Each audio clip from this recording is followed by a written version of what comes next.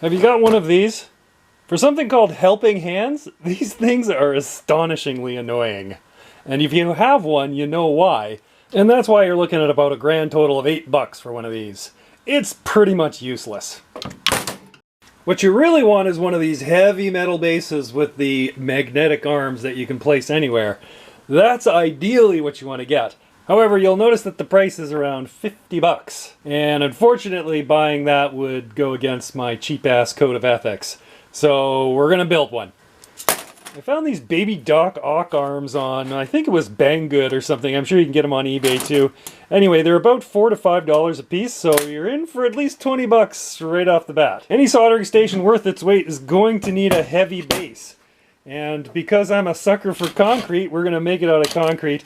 Here's the base of my template. We're gonna build a little wall around here and then fill it up with concrete. The area I picked out here is 9 by 6. The ass end of the octopus arms are actually metric in this case, so I found that they are M10s with a 1.0 millimeter thread pitch.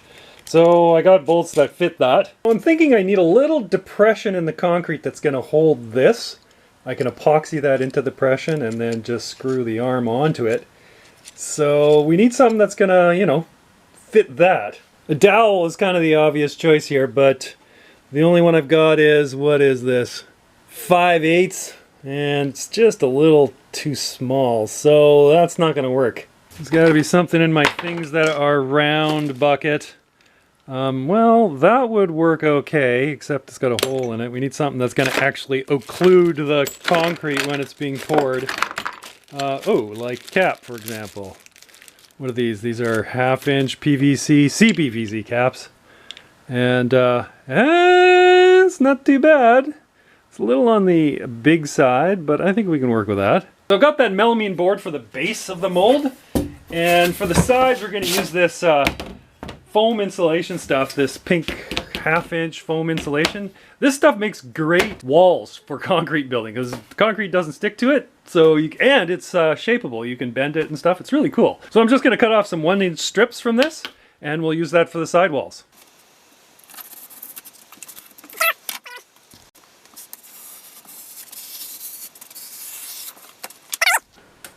Now all you have to do is cut the pieces to the correct size and then hot snot them onto the board.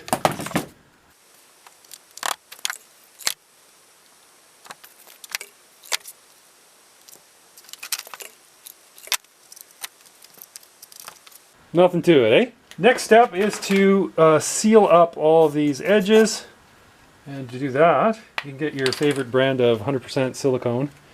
Concrete won't stick to that. And just run a bead along all the corners and all the edges really, and then we'll clean that up a bit afterwards. Oh, and I almost forgot, fuck, I don't know why I always forget to do this, but if you wax the base first, this gets much easier. So just take some wax and wax the bottom, because what we're going to do here is we're going to smooth this out and then you peel off the one side, and it's way easier if it's been waxed. So now I'm in for a bit of a pain in the ass later, but yeah, well, I'll show you what to do here now. A little Sharpie pen works really good for this, or any kind of smooth surface. You'll see what's going to happen here. So as I run this around, oh, you're not going to see actually, are you? Okay, let me try this again. Okay, that's better. Okay, so now watch. As I run this around, what you'll get is a corner. The corner will get filled in, and you'll end up with this bead along the inside that kind of separates things out.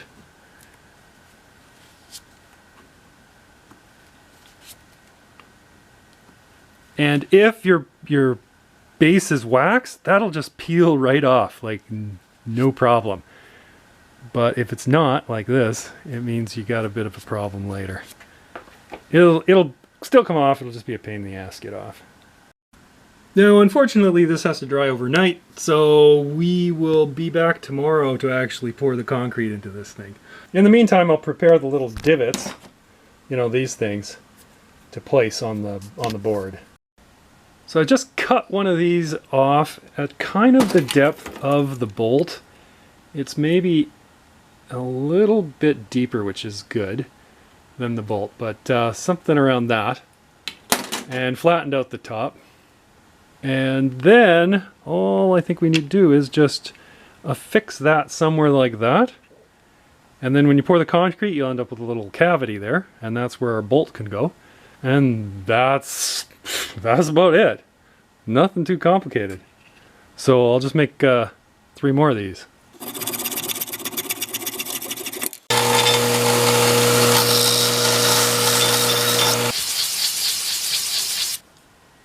Now that it's dry, we're going to try and take away this little, what do you call it, a berm or something.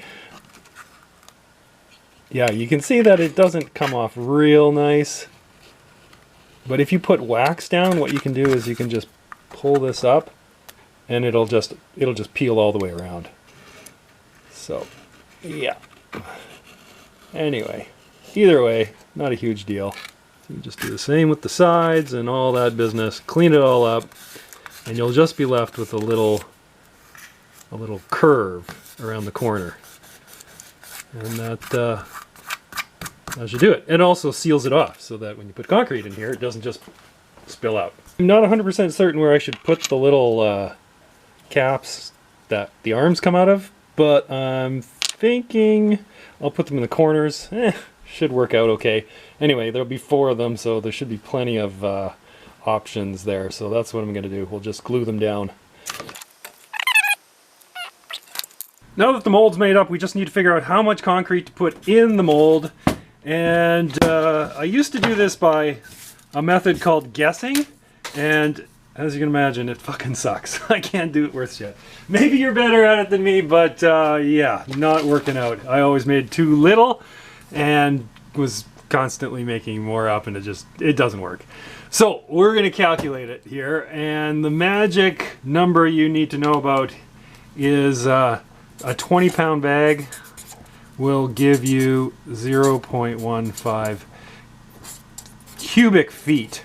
Our mold here is 9 by 6 by 1, so 9 by 6 by 1. All of those are over 12 inches.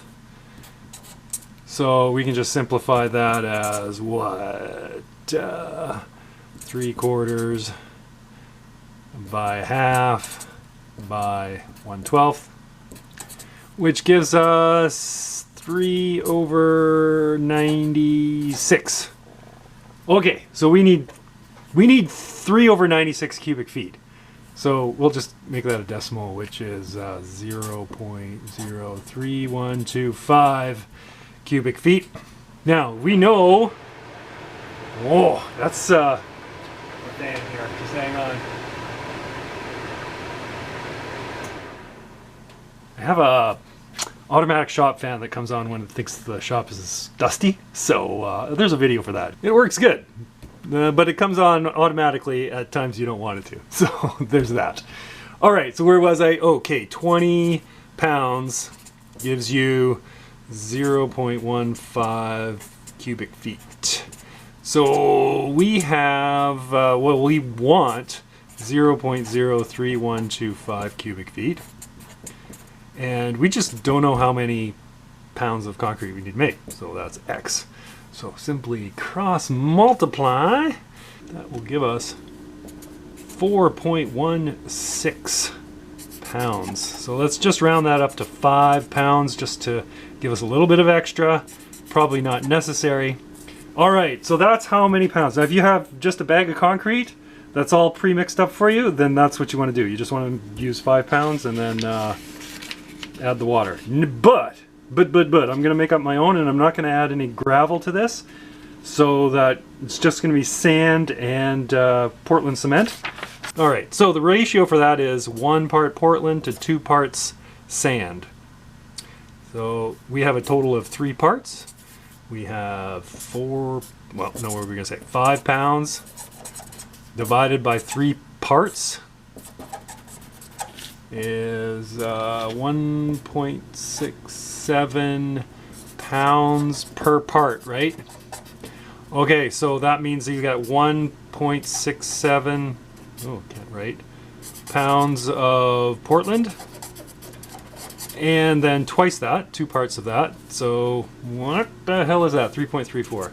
3.34 pounds of sand. And then half a part of water is standard for wetting that. So half a part of water is, you know, like 0.8 pounds or something.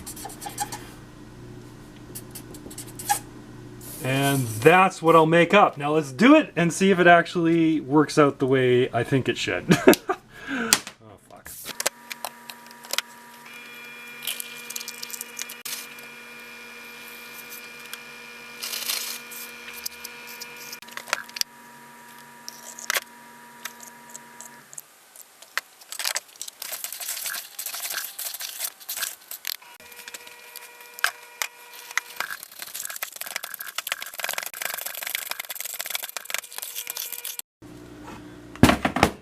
Okay, to make sure that the concrete doesn't stick to anything in here, we're gonna just do a little Karate Kid action and give it a little wax beforehand.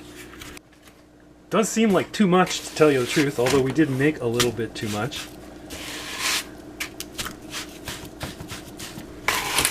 See, this is probably why I suck at guessing, because it actually isn't too much.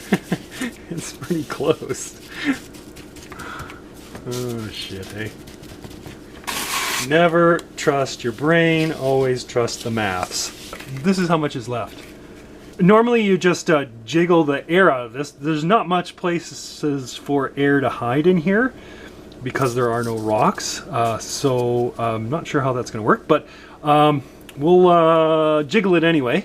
The only good use I found for this Black & Decker portable workbench is to just clamp my old sander into it, and then it turns into a vibration table. So we'll just vibrate the air out of whatever air is in there. We'll vibrate it out.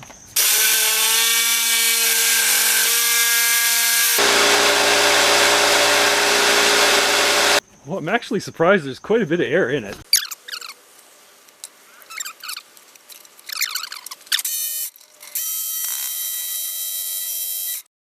I'm just going to tuck this away somewhere where I will forget about it.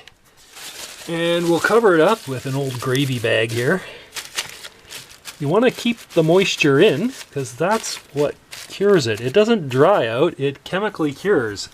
So you need the water in there for that. So that's about it.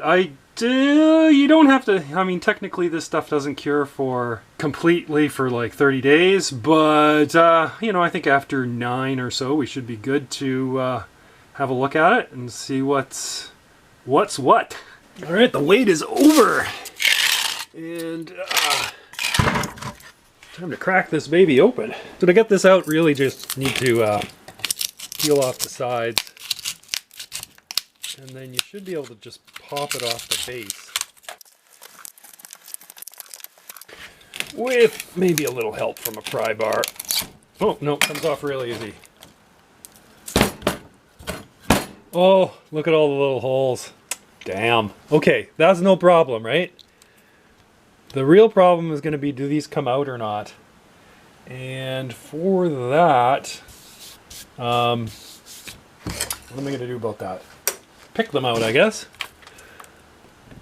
Oh man, they may be in there good.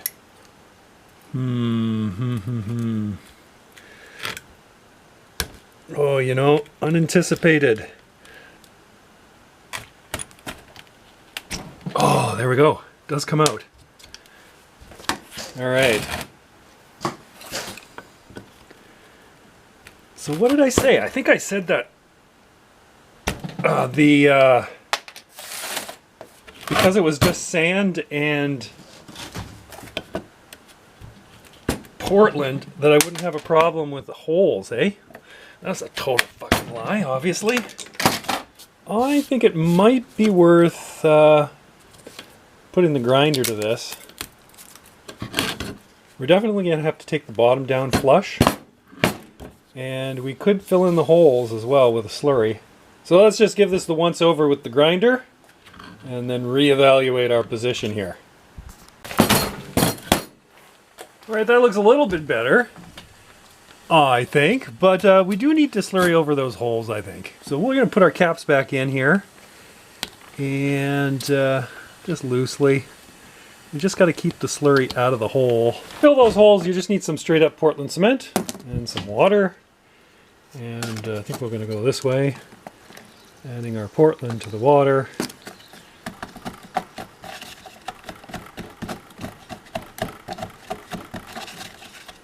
My Portland is kind of absorbing the moisture down here. It's been in a bag, but kind of gets a little bit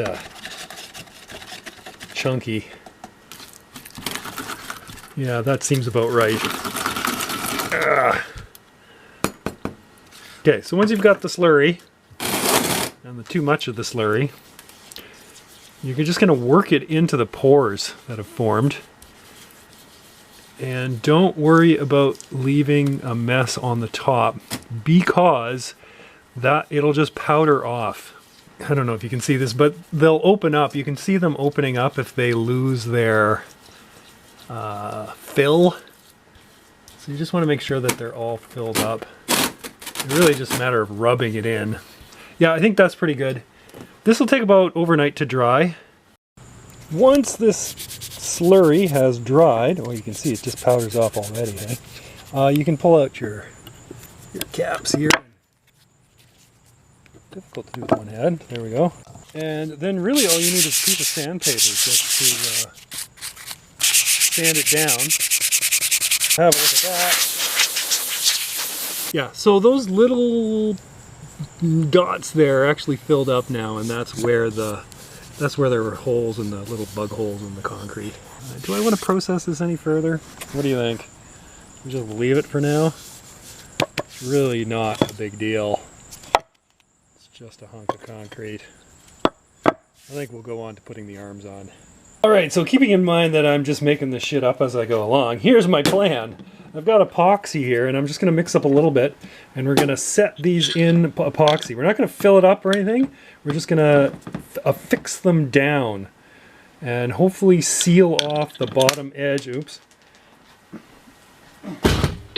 Affix it into place without filling up the bolt part, the threaded part. You know what I'm saying? So this is just, oh, yeah, there's that going to happen too. Okay, this may not look as pretty as I hope in the end.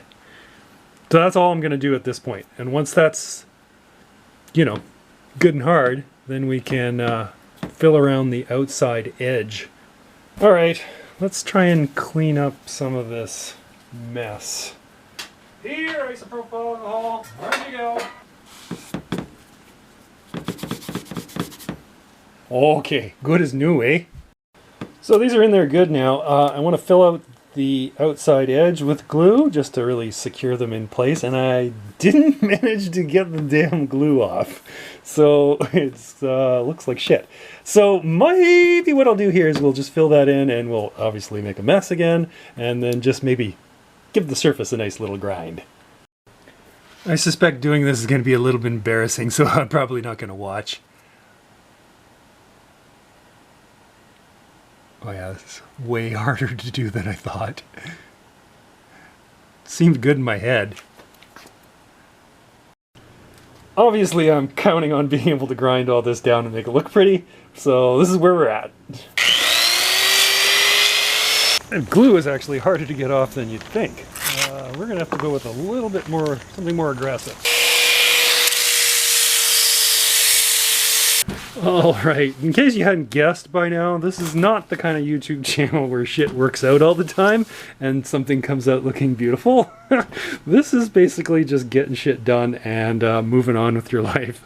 I don't have time to, you know, try and make a second one of these and have it all nicey-nicey. Well, I think I'm going to put a layer of wax on this before we set it up. Homemade concrete wax. Nothing special. If you want the recipe, you look in the archives of this crappy little channel, you'll find it. Wax on, right hand. Wax off, left hand. Wax on, wax off. Breathe in through nose, out the mouth. Wax on, wax off. Don't forget to breathe. Very important. Wax on, wax off. Anti-skid mark pads for the back. Nice. And finally, the moment we've all been waiting for.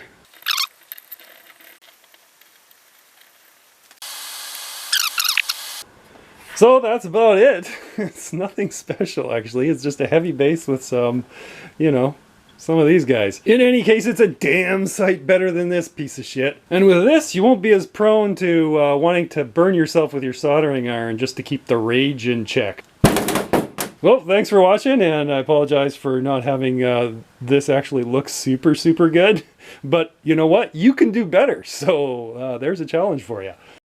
Oh wait, I forgot the obligatory shot of this thing in action. Just wait.